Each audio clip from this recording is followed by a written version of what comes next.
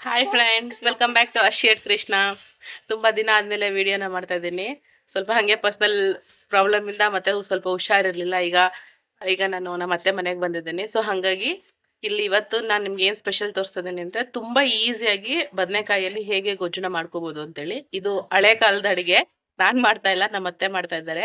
ತುಂಬ ಚೆನ್ನಾಗಿ ಅಡುಗೆ ಊಟ ಮಾಡ್ತಾರೆ ಅವರು. ಅದನ್ನ ಏನಂತ ನಾನು ನಿಮಗೆ ತೋರಿಸ್ತೀನಿ, ನೋಡಿ ಮಾಡಿ ಟೇಸ್ಟ್ ಮಾಡಿ ಹೇಗಿತ್ತು ಅಂತ ನಂಗೆ ಹೇಳಿ. ಸೊ ಕುಕ್ ಮಾಡ್ತಾ ಇರೋದು ನಾನಲ್ಲ, ನಮ್ಮತ್ತೆ. Let's go to the. ಇವತ್ತು ಅಡುಗೆ ಮಾಡ್ತಾ ಇರೋದು ನಾನಲ್ಲ, ನಮ್ಮತ್ತೆ. ತುಂಬ ಚೆನ್ನಾಗಿ ಮಾಡ್ತಾರೆ ನೋಡಿ. ಇದು ಬದನೆಕಾಯ್ದು ಗೊಜ್ಜು ಮಾಡಿದ್ದಾರೆ. ನಾನು ಹೆಂಗೆ ಅಂತ ಈ ವಿಡಿಯೋದಲ್ಲಿ ನಿಮ್ಗೆ ಶೇರ್ ಮಾಡ್ತೀನಿ. ಇನ್ನು ಅತ್ತೆ ಮಾಡೋ ಅಡುಗೆನೇ ನಾನು ಶೇರ್ ಮಾಡ್ತೀನಿ ಇಲ್ಲಿರೋವರೆಗೂ.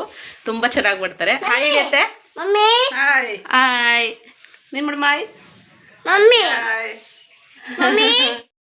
ಬದನೆಕಾಯಿ ಗೊಜ್ಜಿಗೆ ಬೇಕಾಗಿರೋ ಇಂಗ್ರೀಡಿಯೆಂಟ್ಸು: ಕೊತ್ತಂಬರಿ ಸೊಪ್ಪು, ಒಂದು 6-7 ಹಸಿಮೆಣ್ಸಿಕಾಯಿ, ಮತ್ತು ಒಂದು 4 ಬದನೆಕಾಯಿ, ಒಂದು ಈರುಳ್ಳಿ, ಒಂದು ಬೆಳ್ಳುಳ್ಳಿನ ಇಟ್ಕೊಂಡಿದ್ದೀನಿ. ಮತ್ತು ಇಲ್ಲಿ ಒಂದು 4-5 ಟೊಮೆಟೋಸ್ನ ಕಟ್ ಮಾಡಿ ಇಟ್ಕೊಂಡಿದ್ದೀನಿ. ಇದ್ರ ಜೊತೆಗೆ ಒಂದು ಸ್ವಲ್ಪ ಜೀರಿಗೆ ಮತ್ತು ಹುಣಸೆಹಣ್ಣು ನಾನು ಅದು ರೆಕಾರ್ಡ್ ಮಾಡ್ಕೊಳ್ಳೋದು ಮರ್ತಿದ್ದೀನಿ. ಇದಿಷ್ಟನ್ನು ನಾವು ಇವಾಗ ಎಣ್ಣೆಲಿ ಹುರ್ಕೋಬೇಕು.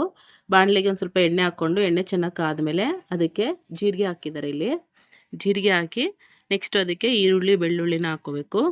ಇದು ಮಾತ್ರ ಟೇಸ್ಟ್ ಸೂಪರಾಗಿರುತ್ತೆ ಫ್ರೆಂಡ್ಸ್. ನೀವು ಟ್ರೈ ಮಾಡಿ ಆಮೇಲೆ ನನಗೆ ಹೇಗಿತ್ತು ಅಂತ ಹೇಳಿ. ಇದು ನಮ್ಮ ಅತ್ತೆ ಮಾಡ್ತಾ ಇರೋದು ಓಲ್ಡ್ ಸ್ಟೈಲಲ್ಲಿ. ಚೆನ್ನಾಗಿ ಬರುತ್ತೆ ಓಲ್ಡ್ ಸ್ಟೈಲಲ್ಲಿ ಅಡುಗೆಗಳು, ರುಚಿ ಚೆನ್ನಾಗಿರುತ್ತೆ. ಇವಾಗ ಈರುಳ್ಳಿ ಬೆಳ್ಳುಳ್ಳಿ ಹಾಕ್ಕೊಂಡಿದ್ದಾರೆ. ಅದನ್ನು ನೀಟಾಗಿ ಸ್ವಲ್ಪ ಹುರ್ಕೋಬೇಕು. ಇವಾಗ ಹಸಿಮೆಣ್ಸಿಕಾಯಿ ಹಾಕ್ಕೊತಿದ್ದಾರೆ. ಸ್ವಲ್ಪ ಹಸಿಮೆಣ್ಸಿಕಾಯಿ ಅದು ಸ್ವಲ್ಪ ಸಿಡಿಬೇಕು. ಸಿಡಿದ್ರೆ ಚೆನ್ನಾಗಿ ಸೌಂಡ್ ಬರುತ್ತೆ, ಅದು ಚೆನ್ನಾಗಿ ನೋಡೋಕ್ಕೂ ಚೆನ್ನಾಗಿರುತ್ತೆ. ಜಾಸ್ತಿ ಹುರಿದಷ್ಟು ನಿಮಗೆ ಹಸಿಮೆಣ್ಸಿಕಾಯಿಲಿರುವಂಥ ಘಾಟು ಸ್ವಲ್ಪ ಕಡಿಮೆ ಆಗುತ್ತೆ. ಈಗ ಚೆನ್ನಾಗಿ ಹುರಿತಾ ಇದ್ದಾರೆ ನೋಡಿ. ಇದು ನೀಟಾಗಿ ಹುರ್ಕೋಬೇಕು.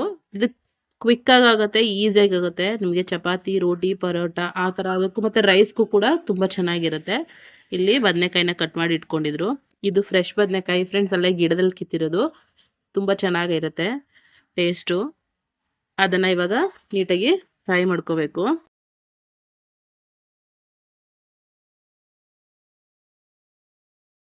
ಇವಾಗ ಇದಕ್ಕೆ ಕೊತ್ತಂಬರಿ ಸೊಪ್ಪು ಹಾಕ್ಕೊತಿದ್ದೀವಿ.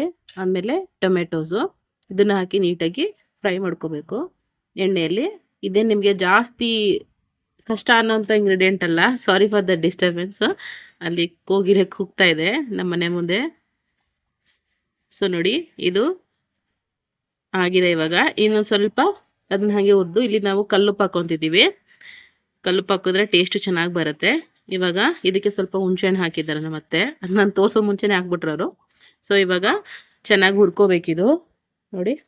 ಇದು ಎಷ್ಟು ನೀಟಾಗಿ ಫ್ರೈ ಮಾಡ್ಕೊತೀರಾ ಅದರಲ್ಲಿ ಹಸಿ ವಾಸನೆ ಹೋಗಬೇಕು. ನೀವು ಹಂಗೆ ಹಾಕ್ಬಿಟ್ರೆ ಹಸಿ ವಾಸನೆ ಇರುತ್ತೆ, ಅದು ಚೆನ್ನಾಗಿ ಬರಲ್ಲ ಅವಾಗ. ಇವಾಗ ಇದನ್ನು ಹಾಗೆ ಮುಚ್ಚಿ ಸ್ವಲ್ಪ ಹೊತ್ತು ಫ್ರೈ ಮಾಡ್ಕೊಳ್ಳೋಣ. ಅವಾಗವಾಗ ನೀವು ಅದನ್ನು ಲಿಡನ್ನು ಓಪನ್ ಮಾಡಿ ಅದನ್ನು ಸ್ವಲ್ಪ ಫ್ರೈ ಮಾಡ್ತಾ ಇರಬೇಕು ನೋಡಿ. ಹೀಗೆ ಇವಾಗ ಇನ್ನು ಸ್ವಲ್ಪ ಅದು ಲೈಟಾಗಿ ಫ್ರೈ ಆಗಿದೆ. ಇನ್ನೊಂದು ಸ್ವಲ್ಪ ಹಾಕಬೇಕು. ಅದೆಲ್ಲ ನೀಟಾಗಿ ಆ ಟೊಮೆಟೊ ಎಲ್ಲ ಸಾಫ್ಟ್ ಆಗಬೇಕು. ಟೊಮೆಟೊ ಬದನೆಕಾಯಿ ಎಲ್ಲ ಸಾಫ್ಟ್ ಆದರೆ ಅದು ಅವಾಗ ಟೇಸ್ಟು ಚೆನ್ನಾಗಿ ಬರುತ್ತೆ ನೋಡಿ. ಇದು ಇವಾಗ ಸ್ವಲ್ಪ ಚೆನ್ನಾಗಿ ಫ್ರೈ ಆಗಿದೆ ನೋಡಿ. ಇದು ಇವಾಗ ಆಗಿದೆ. ಸೊ ಇವಾಗ ಇದನ್ನು ಸ್ವಲ್ಪ ಸಿಮ್ಮಲ್ಲಿ ಇಟ್ಬಿಟ್ಟು ಹಾಗೆ ಮುಚ್ಚಿಡಿ. ಅವಾಗ ಅದು ಇನ್ನೂ ಚೆನ್ನಾಗಿ ಅಬ್ಸರ್ವ್ ಮಾಡ್ಕೊಳ್ಳುತ್ತೆ ಫ್ಲೇವರ್ಸ್ ಎಲ್ಲ ನೋಡಿ. ಇದು ಇವಾಗ ಚೆನ್ನಾಗಿ ಫ್ರೈ ಆಗಿದೆ. ಎಷ್ಟು ಚೆನ್ನಾಗಿ ಫ್ರೈ ಮಾಡ್ಕೊತೀರಾ ಅಷ್ಟು ಚೆನ್ನಾಗಿ ಟೇಸ್ಟ್ ಬರುತ್ತೆ. ಸೂಪರಾಗಿದೆ ಇದು. ಇವಾಗ ಇದನ್ನು ನಾವು ಕೆಳಗಡೆ ಇಳಿಸಿ ಸ್ವಲ್ಪ ತಣ್ಣಗಾಕಿಡೋಣ. ಇದು ಸ್ವಲ್ಪ ತಣ್ಣಗಾಗ್ತಿದ್ದಂಗೆ ನೀವು ನಿಮ್ಮಲ್ಲಿ ಒಳ್ಕಲ್ಲಿತ್ತು ಅಂದರೆ ಒಳ್ಕಲ್ಲಲ್ಲಿ ಮಾಡ್ಕೋಬೋದು. ಆ್ಯಕ್ಚುಲಿ ಇದು ಒಳ್ಕಲ್ಲಲ್ಲಿ ಮಾಡಿದ್ರೆ ತುಂಬ ಚೆನ್ನಾಗಿ ಬರುತ್ತೆ ಟೇಸ್ಟು.